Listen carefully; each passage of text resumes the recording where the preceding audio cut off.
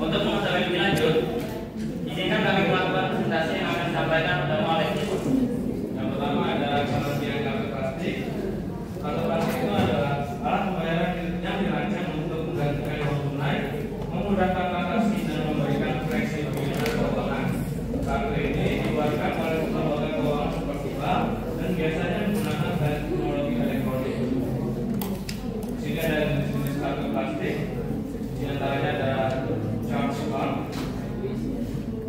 Charge card merupakan kartu kredit di mana pemilik kartu hanya harus melunasi semua penagihan yang terjadi atas dirinya sekaligus pada saat dari depo.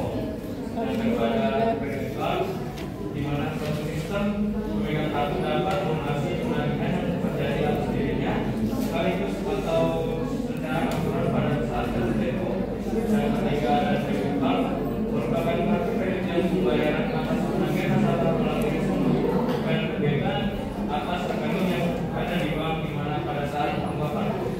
Dan keempat ada cash card, kartu yang berfungsi sebagai alat penarikan uang tunai pada ATM maupun langsung di telepon. Dan kelima ada check garansi, kartu yang digunakan sebagai dorongan dalam penarikan check dan dapat mulai digunakan untuk menarik uang tunai. Dan keempat ada smart card, kartu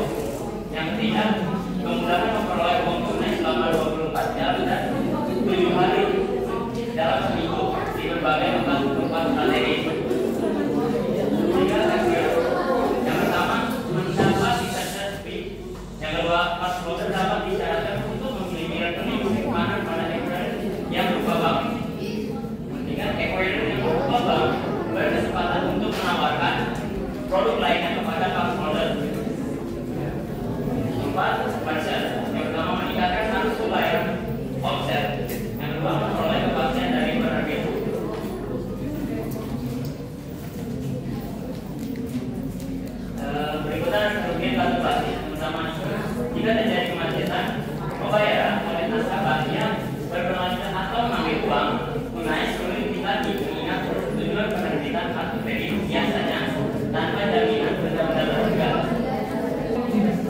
Yang kedua, perbedaan status pasti bagi para holder. Perbedaan pertama biasanya nasabah akan menjadi boros karena nasabah tidak merasa aman maupun naik berbelanja. Perbedaan kedua, nasabah dibebankan disebabkan oleh merchant karena sebagian merchant membebankan biaya tambahan setiap hari melakukan transaksi. Perbedaan ketiga, daya limit diberikan oleh merchant terhadap transaksi. Nah, selanjutnya ada pengertian asuransi. Asuransi adalah perjanjian antara nasabah dan perusahaan asuransi, di mana penanggung berkomitmen untuk memberikan ganti rugi finansial kepada tertanggung apabila terjadi risiko atau kejadian buruk. Sesuai dengan ketentuan polis asuransi, tertanggung wajib membayar premie secara berkala. Dan pihak-pihak yang terlibat dalam asuransi yang pertama yang penanggung. Pihak yang memberikan jaminan atau perlindungan terhadap risiko tertentu yang dialami oleh tertanggung, biasanya penanggung adalah perusahaan asuransi yang memiliki izin operasional dari otoritas terkait. Peran penanggung yaitu menerima premi dari seluruh polis asuransi, menyelidiki dan mengulangi klaim dan membayar klaim. Nah, yang kedua, pihak yang terlibat dalam asuransi yang tertanggung, yaitu pihak yang menerima perlindungan atas risiko tertentu, bisa berupa individu, kelompok atau badan hukum. Peran tertanggung yang membayar premi, memberikan informasi yang benar dan mengajukan klaim. Pihak yang terlibat yang ketiga yaitu penjamin. Pihak yang memberikan jaminan pembayaran premi atau klaim atas nama tertanggung. Biasanya penjamin adalah pihak ketiga yang memiliki hubungan khusus dengan tertanggung, seperti orang tua, pasangan atau perusahaan.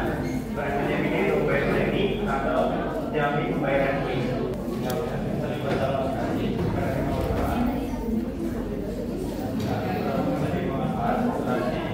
peristiwa yang diasuransikan.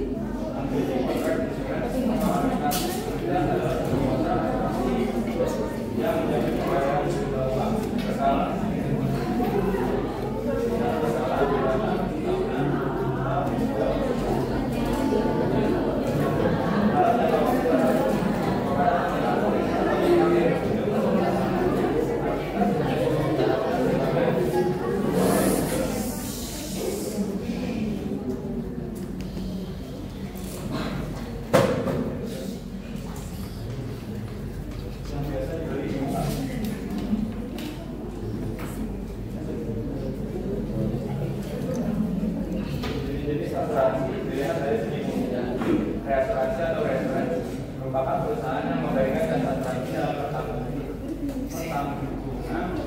ulang terhadap risiko yang dihadapi oleh perusahaan asuransi tersebut. Unit asuransi yang sering disebut asuransi dari asuransi dan asuransi ini digolongkan ke dalam bentuk kreasi, bentuk kauser, dan kombinasi dari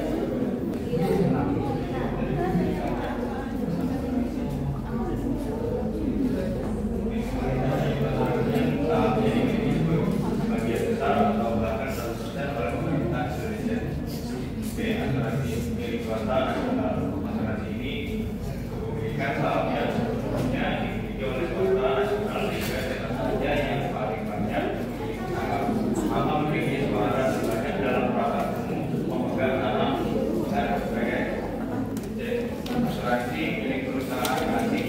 Perusahaan asuransi di sini biasanya beroperasi di Indonesia hanyalah merupakan cabang dari negara lain dan kepemilikannya mungkin 5% oleh pihak asing.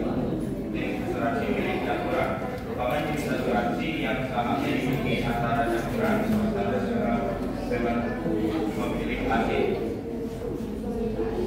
Keuntungan asuransi bagi perusahaan asuransi pertama, dukungan dari premi yang diberikan ke nasabah. Dua, keuntungan dari hasil penyertaan modal di perusahaan lain. Tiga, keuntungan dari hasil bunga dari investasi di surat-surat berharga bagi nasabah. Memberikan rasa aman. Dua, perubahan simpanan yang ada pada saat jatuh tempo dapat ditarik kembali. Tiga, terhindar dari resiko kerugian atau kehilangan. Empat, memperoleh penggantian akibat kerusakan atau kehilangan. Lima, memperoleh penghasilan di masa yang akan datang. Kerugian asuransi bagi perusahaan asuransi yang pertama, satu yang berlebihan atau palsu. Dua, resiko investasi. Yang tiga, resiko operasional. Empat, persaingan yang ketat. Lima, regulasi yang berubah bagi nasabah. Pertama, penolakan klaim. Dua, produk yang bisa sesuai. Tiga, spekulasi. Empat, kegagalan perusahaan asuransi. Hubungan kartu plastik dan asuransi. Kartu plastik yang umumnya kita kenal sebagai kartu kredit, debit, atau kartu identitas seringkali dikaitkan dengan berbagai jenis layanan keuangan. Salah satunya adalah asuransi hubungan antara keduanya membentuk sebuah simbiosis mutualisme di mana kedua belah pihak sama-sama memperoleh manfaat. Contoh manfaat hubungan kartu plastik dan asuransi. Asuransi tambahan pada kartu kredit perlindungan dasar bagi pengguna kartu kredit menawarkan perlindungan dasar seperti asuransi kecelakaan diri, kecelakaan kartu atau perlindungan belanja online sebagai manfaat tambahan bagi pemegang kartu. B. Asuransi tambahan berbayar selain perlindungan dasar. Pemegang kartu juga dapat membeli asuransi tambahan seperti asuransi perjalanan, asuransi kesehatan, atau asuransi kehidupan dengan membayar premi tambahan. Contoh manfaat hubungan kartu plastik dan asuransi membayar premi asuransi. Otomatis nasabah dapat mengatur pembayaran premi asuransi secara otomatis melalui kartu kredit. Ini memudahkan nasabah dalam mengelola pembayaran dan mengurangi resiko membayar premi. B. Promosi dan diskon. Sekali perusahaan asuransi dan penagih kartu kredit bekerja sama menawarkan promo dan diskon khusus bagi pemegang kartu tertentu. C. Klaim asuransi. Dengan adanya integrasi antara sistem kartu kredit dan asuransi, proses pengajuan klaim menjadi lebih mudah dan cepat. Nasabah dapat mengajukan klaim secara online atau melalui call center.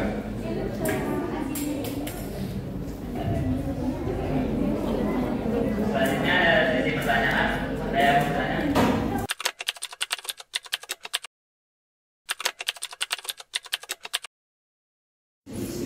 Perkenalkan, nama saya Ivan Nurfauzi. Fauzia dengan NIM 64241409 perwakilan dari kelompok 1. Ingin bertanya, yang pertama, apakah pertumbuhan pesat bisnis kartu kredit di Indonesia menunjukkan peningkatan daya beli masyarakat secara signifikan? Lalu, apa saja potensi resiko yang dapat timbul akibat pertumbuhan bisnis kartu kredit? Dan yang terakhir, strategi apa yang paling efektif untuk menarik minat konsumen baru, terutama generasi Z dalam menggunakan kartu kereta? Makasih. Kartu kredit.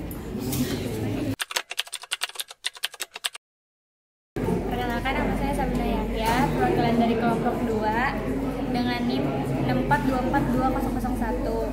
Ingin bertanya, pertama, bagaimana cara melindungi informasi pribadi saat menggunakan kartu plastik di tempat umum?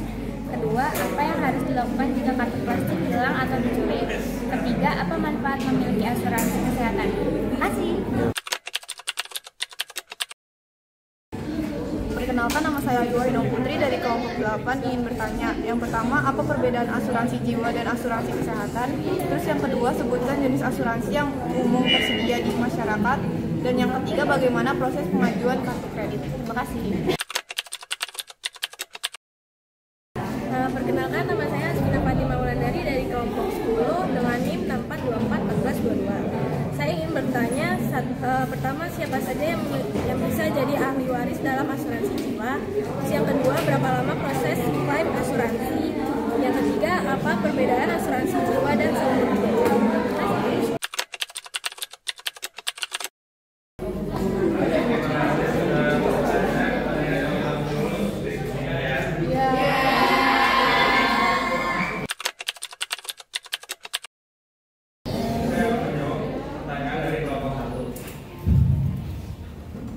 Soalnya pertumbuhan bisnis kartu kredit dan daya beli, jawabannya tidak selalu profesional.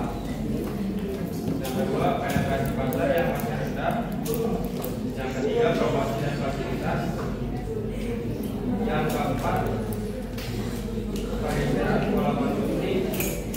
Yang kelima, indikator lain untuk melihat peningkatan daya beli secara signifikan.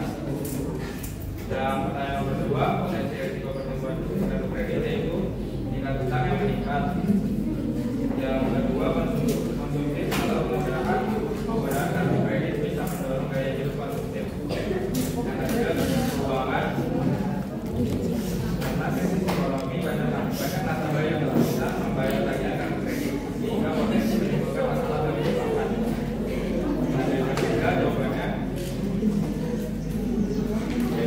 sangat teknologi. Oleh karena itu, bank perlu menawarkan aplikasi mobile yang user friendly, fitur digital yang menarik dan integrasi dalam platform pembayaran digital lainnya. Yang keduanya, strateginya yaitu konsumsi customer yang berbeda yang berbeda. Yang kedua, nilai tambah lain cashback dan bank bisa menawarkan program loyalitas yang menarik.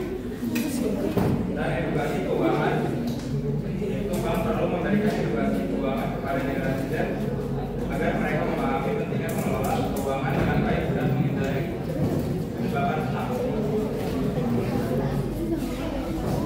Bapak sudah mengerti?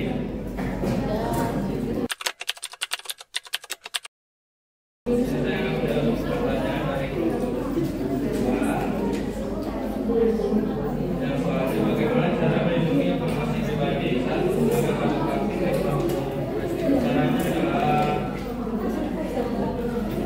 melindungi PIN, mengawasi transaksi, hindari wargai publik, menggunakan dompet blokir RFID, perbarui perangkat lunak, laporkan transaksi mencurigakan.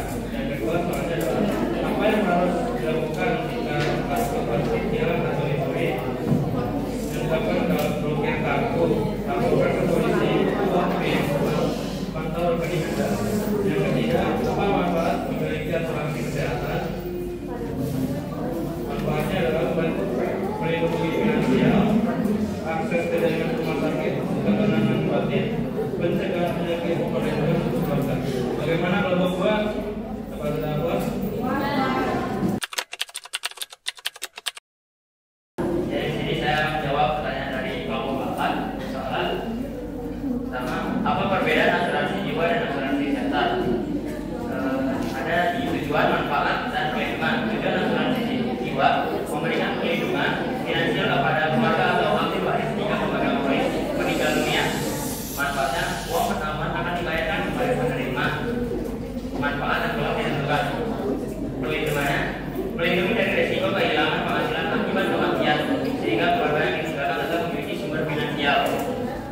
Asuransi kesehatan tujuannya adalah memberikan perlindungan finansial untuk biaya perawatan medis jika pemegang polis sakit atau mengalami kecelakaan.